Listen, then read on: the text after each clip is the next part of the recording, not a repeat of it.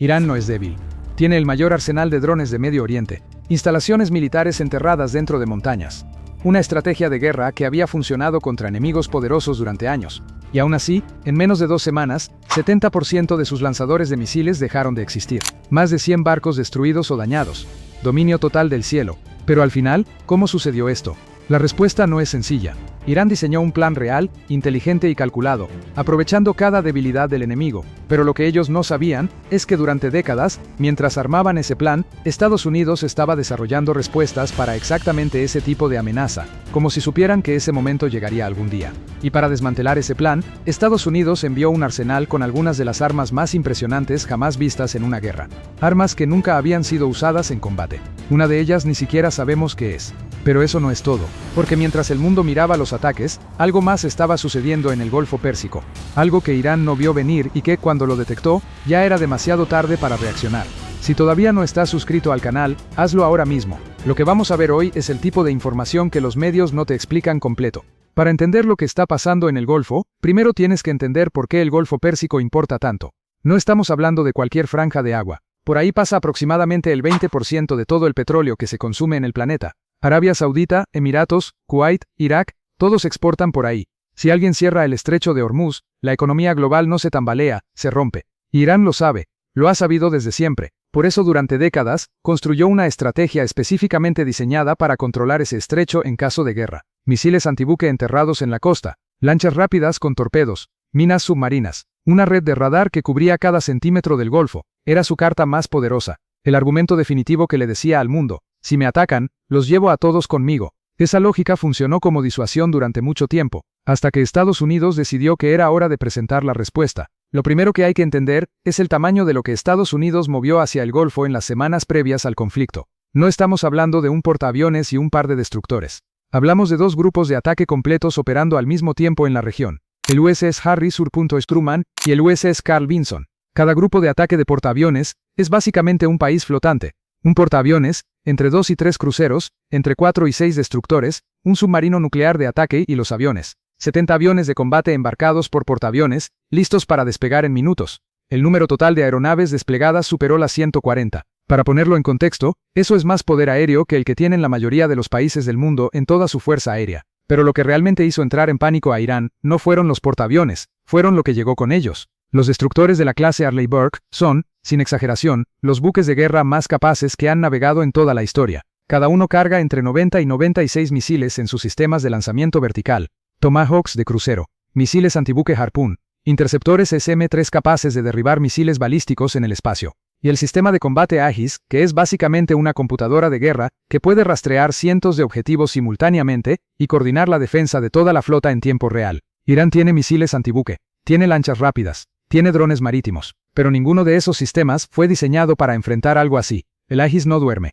no se distrae, no comete errores humanos. Cuando un misil iraní sale disparado desde la costa, el Aegis ya lo tiene en seguimiento desde el momento del lanzamiento. Ya calculó la trayectoria, ya asignó el interceptor, y eso Irán lo sabe, porque lo ha estudiado durante años. Pero espera, porque lo que llegó al Golfo no se limita a lo que flota en la superficie. Bajo el agua hay algo que Irán le teme más que a cualquier portaaviones: los submarinos de ataque de la clase Virginia. Estos no son los submarinos de la Guerra Fría que aparecen en las películas. Son máquinas de precisión quirúrgica. Silenciosos hasta el punto en que la propia Marina estadounidense los llama indetectables con la tecnología actual. Cada uno carga hasta 40 Tomahawks de crucero y torpedos Mark 48 capaces de hundir cualquier buque que Irán tiene en servicio.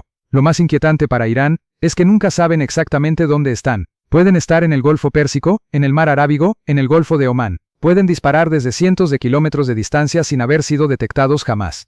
Irán construyó toda su estrategia naval alrededor de la idea de que podía ver venir a su enemigo. Con los submarinos Virginia, ese supuesto desaparece completamente. Y aquí es donde la situación se pone verdaderamente aterradora para el régimen en Teherán, porque no fue solo la potencia de fuego lo que los dejó en pánico. Fue la combinación de potencia de fuego con algo que mencionamos en el video anterior, la guerra cibernética y espacial que ya estaba operando antes de que cayera el primer misil. Los radares iraníes estaban siendo bloqueados electrónicamente. Las comunicaciones entre unidades militares estaban cortadas o interferidas, y sus satélites de observación, los que le permiten monitorear movimientos navales en el Golfo, estaban siendo cegados por operaciones de la Fuerza Espacial estadounidense. Irán quería ver qué se estaba acumulando frente a sus costas, no podía. Quería coordinar una respuesta, no podía. Quería saber el número exacto de buques que tenía enfrente, no podía. Piensa en lo que significa eso tácticamente. Tienes frente a ti la flota más poderosa de la historia moderna, y no puedes ver bien qué tan grande es, no puedes comunicarte con tus propias unidades con eficiencia, y no puedes lanzar un ataque coordinado porque tus sistemas de comando están comprometidos. Esa es la razón por la que los analistas militares empezaron a usar una palabra muy específica cuando describían la situación de las fuerzas iraníes en el Golfo: parálisis. Pero hay un elemento más que hasta ahora nadie ha explicado con claridad, y es lo que ocurrió con los misiles antibuque iraníes, que eran el corazón de toda su estrategia en el estrecho de Hormuz. Irán tiene en su arsenal el misil antibuque Noor, que es básicamente una versión mejorada del misil chino C-802. Alcance de 170 kilómetros, velocidad subsónica, diseñado para hundir destructores. En los últimos 20 años, Irán invirtió enormemente en esa capacidad. Construyó baterías costeras dispersas a lo largo de la costa, las enterró, las camuflaron, las rodaron sobre vehículos móviles para que fueran difíciles de localizar. La lógica era sólida. Si tienes suficientes misiles antibuque distribuidos por toda la costa, el enemigo no puede destruirlos todos antes de que al menos algunos lleguen a sus blancos. Era una apuesta de saturación, la misma lógica de los drones, pero aplicada a la guerra naval. Lo que Irán no calculó bien fue la combinación de dos factores que juntos vaciaron esa apuesta completamente. El primero fue la inteligencia. Antes de que comenzara cualquier ataque, Estados Unidos ya tenía localización precisa de una parte significativa de las baterías de misiles costeras iraníes. No todas, pero suficientes. Imágenes satelitales de alta resolución, señales de radar captadas durante años de operaciones rutinarias, información recabada a través de operaciones de inteligencia que llevan décadas en marcha.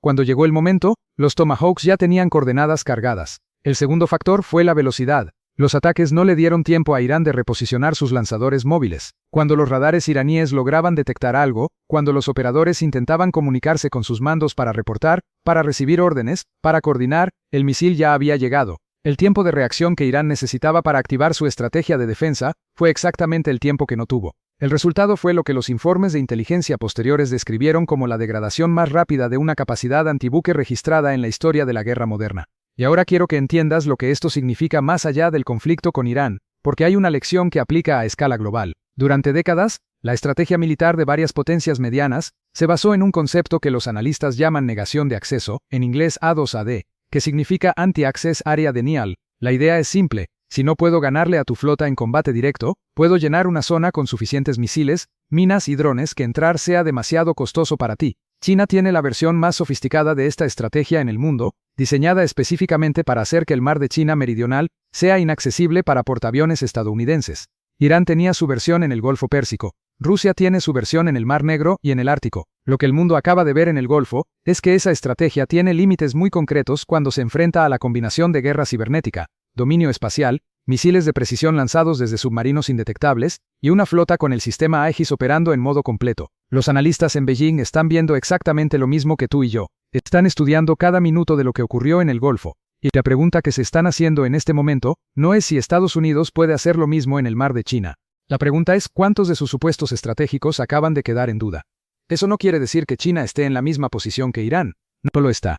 El poder militar chino es un orden de magnitud más grande y más sofisticado. Pero la lógica subyacente de su estrategia de negación de acceso acaba de ser sometida a una prueba en tiempo real, y los resultados no fueron los que cualquier potencia que depende de esa estrategia hubiera querido ver. El Golfo Pérsico acaba de convertirse en algo más que el escenario de un conflicto regional. Se convirtió en el laboratorio donde se probó la guerra del siglo XXI, y los resultados van a cambiar cómo los militares de todo el mundo piensan sobre el poder naval, la disuasión y el significado real de controlar el mar. Ahora quiero saber qué piensas tú. ¿Crees que lo que pasó en el Golfo va a cambiar la estrategia de China en el mar de China Meridional? Cuéntame en los comentarios.